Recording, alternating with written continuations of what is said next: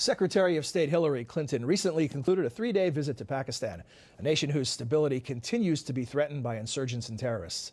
Some see the struggle as one between those that want to move forward and those that would turn back the clock in opposition to modernity.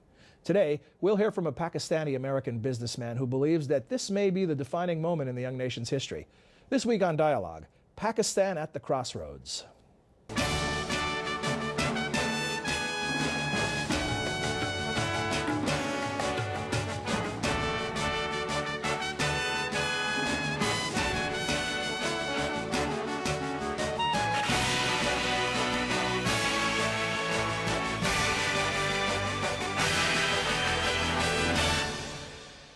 Hello again and welcome to the Woodrow Wilson International Center for Scholars in Washington, D.C. I'm John Milewski. Each week, Dialogue explores the world of ideas and issues in international affairs, history, and culture. Our guest today is Muslim Lakhani, Chairman and CEO of ML Resources and ML Private Investments, LLC. He's an entrepreneur and philanthropist who for more than 25 years has developed natural resource projects, including oil and gas in the Middle East and South Asia.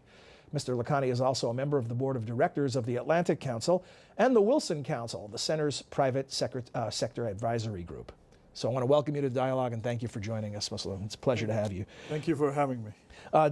Hillary Clinton, about a week ago, concluding a trip to Pakistan. Very interesting trip. Lots of blunt and candid exchanges with people in all segments of the society, not just with the leadership. In one face-to-face encounter with some folks, they were very angry about drone attacks. One gentleman said, "These are executions without trial for those killed." Others told her that they felt as if they were fighting the U.S.'s war and it wasn't their war, and that the U.S. presence in the region was negative. I want to get your insight into that. You've been living in this country for several years, and you've lived in many countries in the Middle East and born and raised in Pakistan initially. Do you view the U.S. as a negative force, a positive force in that region of the world? What are your thoughts? Well, firstly, I think Secretary Clinton's visit was very timely. U.S. administration in the past, during President Bush's time, only dealt directly with President Musharraf. So it was one man to one man. And the President Obama's administration is dealing with the entire Muslim world in a very different way. And his speech in Egypt was the one that really started everything by saying that we want to deal with you with mutual respect, and which will build mutual trust. And we have lots of mutual interest that are very much aligned today, which is fighting the insurgents, fighting the war on terror. These are all right out there, and I think it's an extremely timely visit that Secretary Clinton had. I'm guessing that even though you live here now, you still have lots of dealings in the region, just if not professionally through your business, personal contacts. Is that message, the change in tone from Obama and as reflected in Secretary Clinton's visit, is it resonating within the Middle East, within the Muslim world, within Pakistan? Are people paying attention? Well, to start with the Muslim world and the Arab world, I think that when President Obama spoke in Egypt, you saw the reaction of the people sitting there. One of them got up and said, "Obama, I love you," and as opposed to the last. He wishes he could get that reaction here. Well, yes, I mean, you know, it's quite a stark difference from the past president when he went to Baghdad, and so that in itself was a great endorsement of President Obama's way of dealing with things. Can that make a difference? That can make a huge difference because, you know, in the Muslim world, the Islamic world, the Arab world, there's a beautiful word that says niya, or niyat, as we say in Urdu, intent. The intent today is seen very differently as opposed to before. They, you know, after the 9/11 attacks that happened, you know, everybody was shocked at what happened in New York. Everybody. I mean, it was also the Muslims who were in that building, you know, and it was these crazy people who had hijacked everything. And from that came a clash of civilization ideas, and all these things started. And then the Iraq War. There was more confusion that happened in the Muslim world and the Arab world.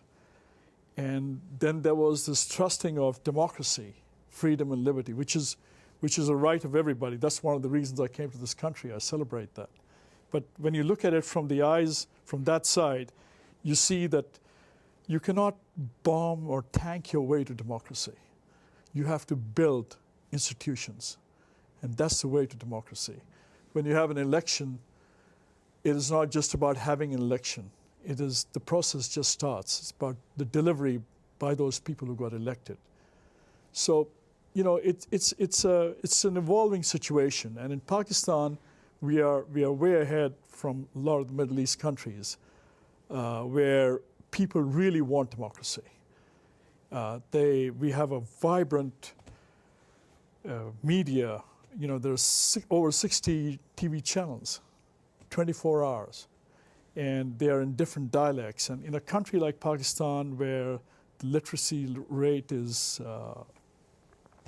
you know, according to different studies, but I would say that it's about 40%, 55%, I would say, is literate.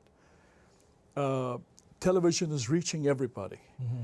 And these people are changing lots of different things. I mean, the movement of the lawyers' movement, when the Chief Justice said no to General Musharraf, and the people got behind him, and the lawyers' movement happened.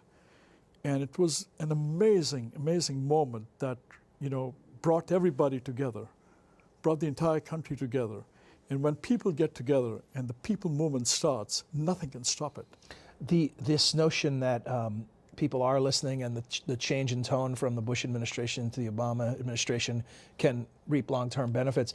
One theory out there is that in this battle for hearts and minds, as it's been called, that al-Qaeda is nervous because people in the Muslim world are listening to President Obama, and now they have competition on the ideological level. Do you think that's true? Do you think that al-Qaeda is threatened by Obama's, the reaction he got in the Egypt speech and the seeming popularity he has in many of those regions? I would certainly hope so. I think that these are folks that the only way that you could tackle them was the way President Obama spoke to the Muslim world and the reaction from the Muslim world, the Arab world. And, you know, again, the mutual respect side, these people don't respect the lives of ordinary citizens. Look at what happened just recently, few days ago in Peshawar. Over 115 people died. Right. I mean, there were many young women and children, you know, dying in the streets. But the resolve of the people, saying that we are not going to give up our fight. We are not going to give up to these people the way we want to live our lives, to shut the schools down. The students came out in the streets. I mean, this is incredible. But what is the, you know, when Hillary Clinton was meeting with the group, someone said to her that we know you had your 9/11, but we have 9/11s every day in Pakistan, and she mentioned what happened in Peshawar. What is the toll of that violence? You're speaking optimistically about the people's resolve in response, but is there a downside? Will this wear people down? It must be the goal of the so-called insurgents to wear people down. What is the toll of this violence? Well, if you know, I don't know the exact numbers, but what I've read or what I've heard is that from 2003 to today, there have been over almost 200 suicide attacks. Mm-hmm. There are 22,500 people killed in Pakistan alone. That's a huge number. Yeah. And of that, 3,500 people are military personnel from the police forces and others through suicide bombing. The rest are innocent civilians, children, women, who have nothing to do with this. It's a defining moment for Pakistan where the people have stood up and said, enough, we don't want you. And this is the time that we really, really need to stand by. And I think that Secretary Clinton's visit was very timely from that. Were you surprised at the authenticity and the bluntness and the honesty of these exchanges? It's unusual to see an elected official confronted in such a manner with such direct commentary. And she took it well, I would say. I think most people are saying that. I think she took it extremely well. She showed what she's made of. She's a tremendous politician. Was it surprising to you to see this level of honesty? Well, I think we are a nation that's at war. we have bombings every day. In fact, when I talk to Islamabad, it's like saying, oh, today we didn't have any bombing. So, you know, when you're under siege like this, there's a lot of anger. And that anger is not necessarily towards Secretary Clinton or the United States, so to speak, but it's an anger that how the U.S. was perceived by the Islamic and the Muslim world in the last 8-9 years after 9/11 of dealing with it. And I think that Secretary Clinton's visit there has addressed this. She took those punches right on the chin. She responded the best way she could. There were some extremely blunt questions, as you just put it earlier, and she responded to some. She toned back on some others. But more importantly, I think she also saw firsthand that what people feel, what people are thinking. And that is very important for the U.S. administration, for the Pentagon, for the military personnel, because today's war is not the conventional war. It's a counterinsurgency. This is going to go on forever, or at least for the foreseeable future, as we can see. And this is, you know, when you think of the war and people are standing behind our own military, the Pakistani military, and saying this is our war now, I think it's so important that if we succeed, you succeed, the world succeeds. And it is a moment of us and them. And that moment of us and them, we want a label of made in Pakistan. Why not? I think that's what you're seeing. What, if you accept this notion that this is a crossroads or a turning point or an us and them moment, what can people like you who are no longer living in the country do to help? Well, to be very frank, John, and I'm assuming with that question that you have a desire to help. We see it in your philanthropic work. Absolutely. It's fairly obvious. But what like can... me, millions of Pakistani origin living in the United States, in Canada, in Europe, in the UK, in the Middle East, in the Gulf countries, Far East. This is a moment that we should all get together and really give the message to the people in Pakistan who are suffering, and to support the troops, the Pakistani troops, the military, that we're with you. And this is a moment that all of us in the Pakistani communities across the world must stand up and be counted. What can you do within this country? What kind of policies can you lobby for? How can you engage the American government in ways that you think would make their activities more constructive? I think we have to find new ways to do that. And one of the ways is that, you know, you're finding that the Pakistani military is fighting this war, the mother of all battles in Waziristan. You know, history tells you that nobody's ever succeeded there. They're using 21st century weapons with a 1800 and something mindset, but they're also using the new technology. This is a fight for survival for everybody, and I think that we will find a new rhythm to deal with this. You have faith that this is going to... I have complete faith that we will find a new rhythm. We'll get into step to deal with each other. I think that the Obama administration, looking at how to send the troops to Afghanistan, deliberating on it, I know there's everybody wants this to be hurried up. A lot of people want this to be hurried up. But I think the deliberations are good because you have a tremendous team. President Obama has, it shows that the man has so much confidence that he's got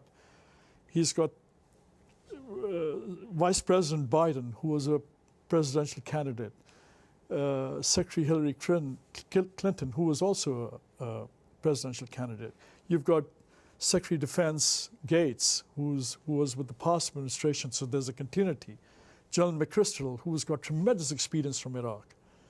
And, you know, General Petraeus, who's a man of great depth.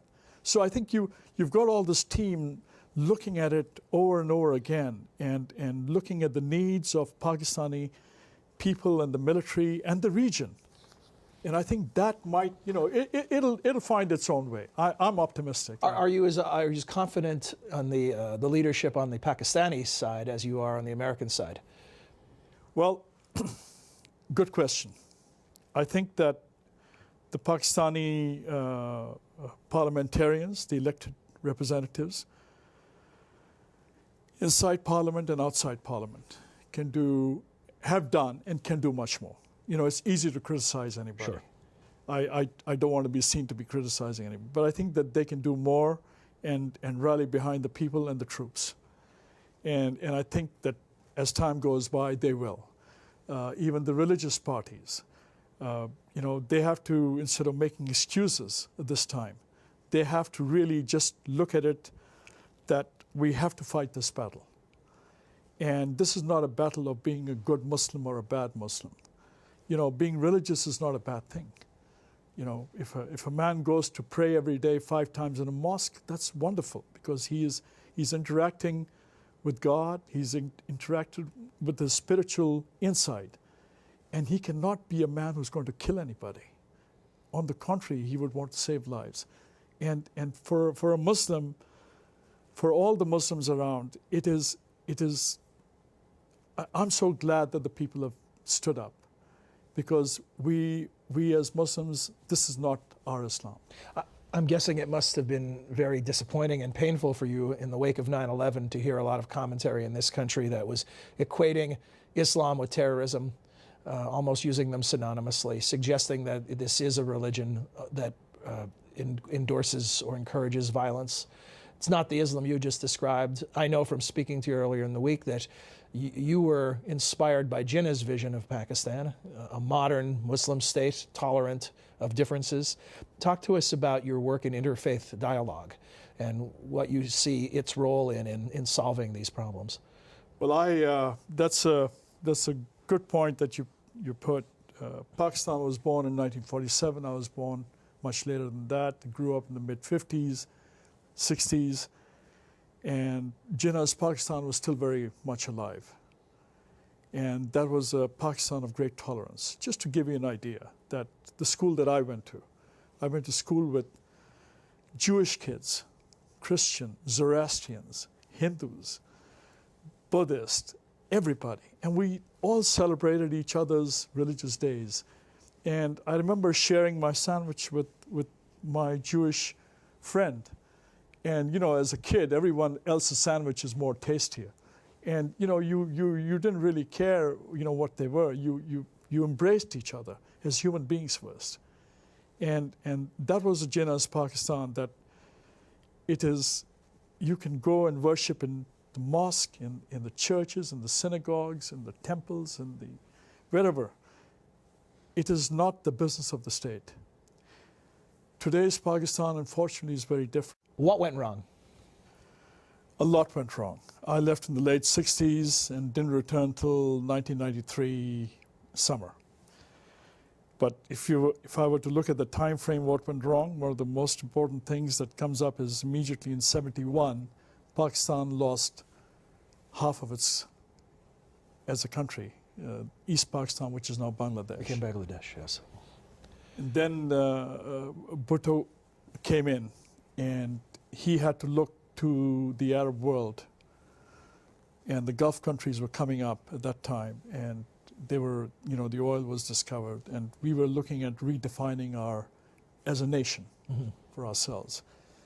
Then, you know, Bhutto was gone, and then General Zia came. But I think, and then the Soviet invasion, and US, Pakistan, and Saudi Arabia aligning and fighting that war and bringing the Soviets down. And the Cold War came down, the Berlin Wall came down, and the United States left. And I think that was very well described in the recent Senate hearings by Secretary Clinton. And she very eloquently said that, you know, they helped us to fight the war. And when the war was over, we left. And then we put sanctions on them. Is this, I'm sorry, go ahead, Muslim. What do you expect? So I think that the trust deficit started to erode. That's what you read my mind, this whole notion of a trust deficit. It all dates back to this notion that we haven't been, from Pakistan's point of view, we haven't been a good ally. We've come in when it's convenient and we've left when it's convenient. Are people willing to forgive and start anew? I'm sure they have to. We have to turn a new page. And, turning a new page is, again, what I said earlier, that how the Bush administration dealt with the then administration of Pakistan, and how the Obama administration is dealing, and how Secretary Clinton has gone there and is dealing with the different segments of the people. And, she's addressing many, many good things she should be applauded for, like energy, the energy needs of every Pakistani. We have 8 hours to 16 hours of load shedding. And, how can trade grow, or how can people make a living? I mean, it's absolutely pathetic. So she going there and addressing that we will help you to rebuild your energy needs. And, the hundreds of millions of dollars that are going towards that, the poverty alleviation, helping the women NGOs, helping the students with higher education, and lots more will come about. This was the first visit, and I think it was, look, you're going to have people who are the naysayers, who are not going to like what is happening. But, life goes on, and we have to move on. You and I spoke by telephone once and met for the first time today for this interview. But in the brief encounters I've had with you already, I think you probably wouldn't correct me if I said you love America. You have a very positive association with America. You're very enthusiastic about America. Yet, the country of your birth, public opinion polling tells us that there are a few countries, if there are any, on the planet where America is less popular than it is in Pakistan. So the question is sort of this. What do you know that your fellow Pakistanis don't know? Why do you have such a positive association with this country when many Pakistanis feel just the opposite? Tell us what perspective you've gained in your business, in your travels in the various countries you've lived in, that have brought you to this conclusion, that you view this as a positive place, where that's not the case among many who were born in Pakistan? Well, I was very lucky. I stepped out of Pakistan when I was 17, 18, went to Italy. From there on, I moved on and visited Pakistan frequently after that, and then lived in the Middle East. But what I did learn was that I came here in the 70s, and I saw the American dream. I was in my early 20s. And I always knew that, what the administration has, and what the people in the United States are wonderful people, warm and hospitable. Same as the people in Pakistan, they're warm and hospitable. 170 million people, they're very welcoming, very open. And it's that people-to-people contact that when you have, you begin to learn about the country as a real, what is the country all about, the fabric of the society in that country. And today I've come here almost 3 years ago out of choice, because I've lived in many countries of the world, and I feel that there is no perfect country, no perfect people, no perfect system. Right. But among the imperfects, the United States, for me at least, is the best. Tell us what you're working on looking forward. We briefly mentioned your philanthropic work. We didn't get into it in any detail. We have a few minutes left. Tell us about things that you're working on in future projects. Well, I haven't abandoned my country of birth and the country that I love very much. I still have an office there doing the philanthropic stuff. And we intend to increase that. But in the interfaith part, which is very important to me, which I grew up with tolerance, we are hoping to do a lot more. We just, during the holy month of Ramadan, we did fast to feed. It was a call by President Obama, and what we did was that we lined up. We had the permission from the historic synagogue in Washington to have the permission to open our fast and say our prayers there, and everybody was invited, and everybody brought food for a Christian charity, which we also support here, the Salvation Army, the great patrol that feeds the poor in in the Washington area. Right, homeless. Yeah, the homeless. Our company does that, and we're very proud of that. And so it was an amazing feeling that to go to a synagogue, which I'd never been, and to see a young man, a Muslim man, stand up and give the call to prayer, the adhan, what we call, on the bima with the menorahs in the back, and the Muslims came and prayed there while the Christians put their scarf on, and the Jewish, and everybody was praying together, praying to the same God. And that was a defining moment for me. Those are the moments that I live for. And it was, if I may add, I had a call just before that from a Saudi friend of mine, and I said, look, I'm in a hurry, I have to go to open my fast. And he said, where are you opening it? And I said, I'm going to a synagogue. And he said, what? You're putting me on? I said, no, I'm going to a synagogue to open my fast. So he was quiet. And then all of a sudden he said, you first select a black man. Now you're going to a synagogue to open a fast. This can only happen in America. Well, on that optimistic note, thank you very much. Thank you for having me. Great to have you. Unfortunately, we're out of time. In addition to thanking Muslim Lakhani, we want to thank you for watching and ask for your feedback. So you can send comments and questions to us via email. The address is dialogue@wilsoncenter.org. We'd love to hear from you. Until then, and until next week, for all of us at the Wilson Center and Dialogue, I'm John Milewski. Thanks for watching. Dialogue is a co-production of the Woodrow Wilson International Center for Scholars and MHZ Networks. Dialogue can be seen on the MHZ Worldview channel, which is available to public TV stations nationwide. For more information, please visit www.mhznetworks.org.